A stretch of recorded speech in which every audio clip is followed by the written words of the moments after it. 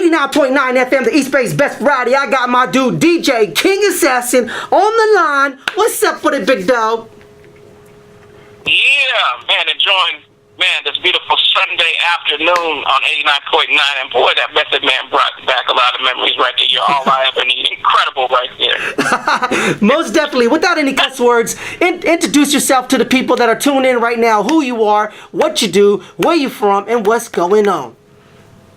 What's the DJ King Assassin where I'm from? Well, where I hail from, originally, of course, the Yay area, man. And I lived almost in every city in the Yay area, all the way from San Jose to East Palo Alto to Oaktown to Vallejo to 70 all the way up to Frisco, Excelsior in Frisco. Man, everywhere, you know what I mean? When I was a kid, a youngin', you know what I mean? Just being a youngin'.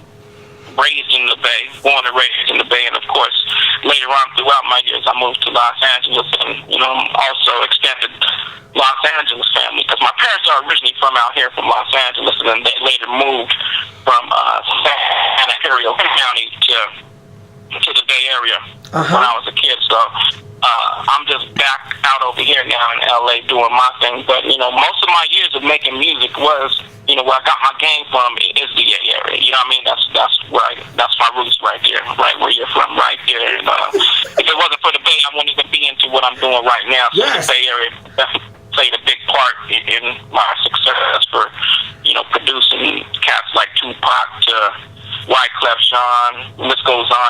Doing back-to-back albums with San Quinn, back-to-back albums with JT, the bigger figure back in the days, and we're talking like the early days of that hip-hop Bay Area rap scene. I was part of that, when Herm Lewis was throwing out compilations, I was throwing out compilations, you know what I mean? So it definitely, the history definitely runs deep for me in the Bay Area, you know what I mean? And I love the Bay. That's what's up. Real quick, you named a couple of big names off top. Who are your top three people that you got to work with or rub elbows with or just, get to hang out with, like, to you in the entertainment business that you have encountered so far? Well, the three names that come to mind just straight up off the top, of course, rest in peace, Tupac. You know what I mean? He was one hell of an artist, man. That was incredible. He got the job done fast. And second, it would be Roger from Zap. Now, we brought Roger down to San Jose back in the days and did a lot of work with him, along with Cisco, the Frisco Mac, also known as Don Cisco. We had brought Roger down. It was incredible because, that's legendary to me. You know what I mean? That's crazy. Of course, Tupac was legendary and all that, but these were friends that I grew up with. You know what I mean? Tupac was our friend Tupac. It wasn't like he was like, man, because when you grow up with somebody and you just grow with them and get big, it's not like you don't really, it's just like a friend. You know what I mean? Just like you don't really on how big somebody is because, you just grow with them. So, when it was like somebody that me and Tupac or whoever around us grew up listening to, that's who we trip out on. We were tripping out on a Roger from that because we grew up as kids, we bounced to the ounce and stuff like that. So it was kind of cool to have him in the studio and to witness that. So I'd have to say he'd be, number 2 on the list. Yeah. And of course, number 3 on the list would be Wyclef because I would never, my uncle, I remember he told me this and I would never, Wyclef Jean, and the reason why I say that I thought I would never work with that dude, or I never even thought it would even happen was, and it's a trip because my uncle, Jesse, now rest in peace, Uncle Jess over there, we'd be rolling around in his car and he'd be playing that Santana, the Maria Maria song, and I'd be like, oh man, that's dope, man, that's cool right there. Of course it was way commercial, but at the same time it was something that my head grooving because I'm a big Santana fan and Wyclef. So he's like, man, he would be singing that and he'd be singing my name in there when that song was coming out. I said, he's a fool, Uncle Jess. And it wasn't until probably 5 years later, I ended up on the phone with Wyclef on a DJ coalition meeting, and then he asked me for my number, and I don't think he was going to call me, but right after that call was over, he calls me up and says, hey, I want to do a mixtape with you. I want you to host it. I was like, whoa, crazy. Wow. I was like, that is so dope. Yeah. Wow, so that's amazing. From those experiences, did you learn anything from those experiences?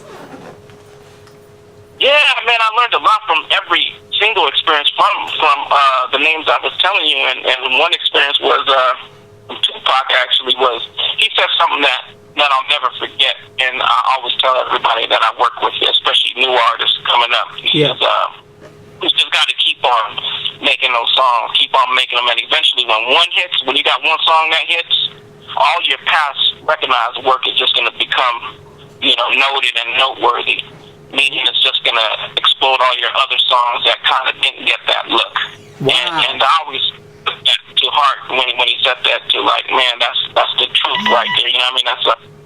And I always went with that, feeling, and I tell other people the same thing, because, as long as you're working and you're staying hard, don't get caught into obstacles where, like, man, I want to give up. You just got to keep pushing. And eventually, especially if you're a good artist, you're going to become successful. It just takes time. It's just a time situation, and don't worry about them labels out there that, as far as waiting for them to contact you and stuff like that. They're going to contact you as soon as you're hot, as long as you build that buzz, and that's what it's all about. And thank God for the internet, man, for how fast, it is for independent artists to actually get that look. You know what I mean? Because there was a point, especially in the times of my age of coming up, we didn't have the internet and nothing like that. So in a way, it was kind of a good thing for us, because we had to push even extra harder. So that's why I lived in all the little different cities, in the Bay Area and out here in LA, and was constantly traveling from the Bay to LA all the time, because I couldn't share files like how we can share files right now through a Dropbox or through the internet or through Facebook and Twitter and stuff like that. Like back then, we didn't have that type of technology, and thank God we have it now, because it saves a lot of gas. Yeah. Okay, real quick, Assassin. I want to get into that stuff too, but we got to get into this quick commercial. Let's get into your contacts real quick. Facebook, YouTube, Twitter, email, website, Instagrams, all the good stuff that we can follow. Holla. Check out my dude, DJ King Assassin. What is it going to be? It's going to be at twitter.com/DJ King Assassin.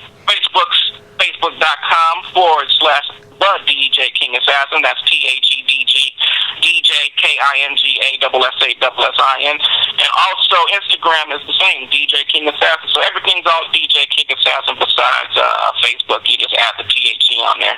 Okay. Hold on, man. We got to get to this commercial real quick. It's only going to take a couple seconds, and we're going to be right back with the rest of this interview. Hold up. Word up. We don't stop. Playing today's hottest hits. We're born to make you dance. KCRH Hayward.